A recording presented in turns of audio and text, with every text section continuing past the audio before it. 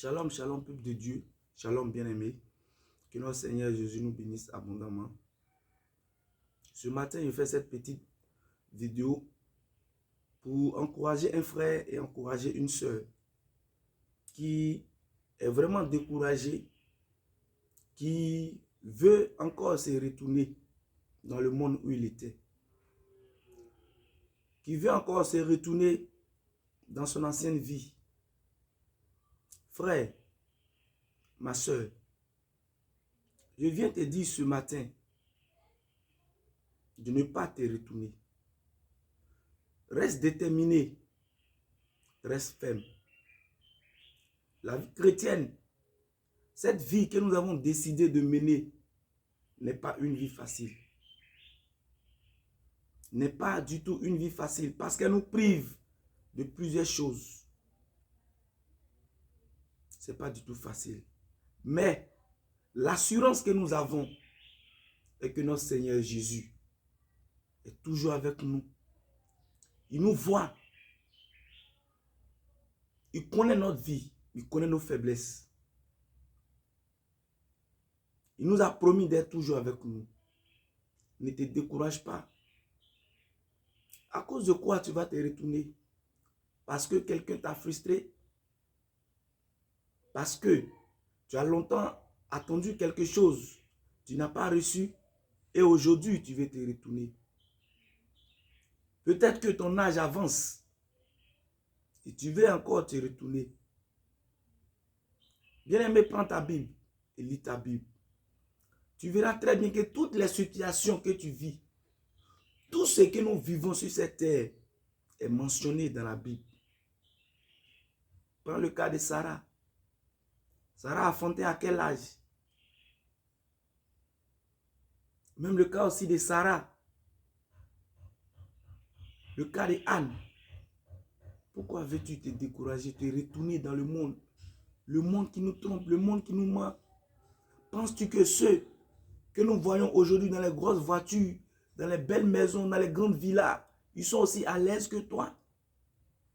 Tu n'as aucune idée de ce qu'ils traversent. Ce n'est pas parce que la personne roule dans une grosse voiture que tu vas penser qu'il est libre. Non. La vie a ses réalités. Chaque vie a ses réalités. Ta vie que tu mènes aujourd'hui a ses réalités. La vie que moi je mène aujourd'hui a ses réalités. Ce n'est pas parce que je suis assis devant mon écran, je te parle, je t'encourage à rester ferme, à rester déterminé que tu vas penser que tout va bien chez moi. Ce n'est pas le cas. Nous tous, nous souffrons. Nous tous, nous traversons des situations difficiles, compliquées. Mais on a pris l'engagement de suivre le Seigneur jusqu'à la fin de nos jours. On a pris l'engagement de marcher avec le Seigneur, quel que soit ce qui arrivera. La route que nous avons décidé d'emprunter est étroite. C'est une petite voie. C'est une petite voie. Donc ne pensons pas que tout sera facile. Rien ne sera facile. Rien du tout ne sera facile. L'ennemi rôde. Mais le Seigneur, il t'a donné l'assurance d'être avec toi. Donc compte sur le Seigneur et continue la marche. Continue la marche. Cette marche n'est pas facile. La marche chrétienne n'est pas du tout facile. Mais continuons, ne nous décourageons pas. Le monde dans lequel nous étions hier, qui ne nous a rien apporté. Les matchs que nous avons joués, aucun match n'a été remporté. Nous voulons encore rejouer ces matchs. Nous voulons encore nous retourner dans ce monde pour aller encore mener cette compétition que nous n'avons pas remportée. Non. Frère, ne te décourage pas. Reste attaché à ton Seigneur. Reste attaché à ton Seigneur. Il a le dernier mot. Il a le dernier mot. Penses-tu que il a commencé son œuvre avec ses 12 disciples, les 12 avec qui il a terminé? Non. Même parmi les 12, il y a un qui s'est retiré encore pour aller se donner la mort. Mais ils étaient nombreux.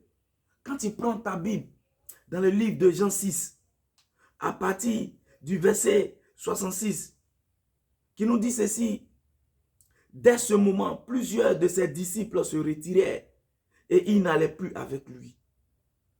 Plusieurs se sont retirés. Plusieurs ont abandonné. Pour eux, c'était une histoire de 1 jour, une histoire de 2 jours. Non. La vie chrétienne n'est pas une vie de 2 jours, 3 jours, 1 an, 10 ans. C'est éternel. Tant que tu vis, tu dois la mener. C'est un combat que tu dois mener tant que tu vis. Tu ne dois point relâcher. Tu vas tomber, tu dois te relever. Tu vas échouer dans tes activités. Après encore, ça va réussir. Tu dois continuer. Même dans le mariage, dans les fiançailles. Il arrive des fois où vous insultez. Ou même vous arrêtez de communiquer. Après vous reprenez. C'est ça la vie chrétienne. On tombe, on se relève. On chute, on se relève. Nos activités chutent, on reprend. C'est comme ça. Et au verset 67, Jésus donc dit aux 12, et vous, ne voulez-vous pas aussi vous en aller? Au 68, Simon, Pierre lui répondit, Seigneur, à qui irons-nous? Tu as les paroles de la vie éternelle.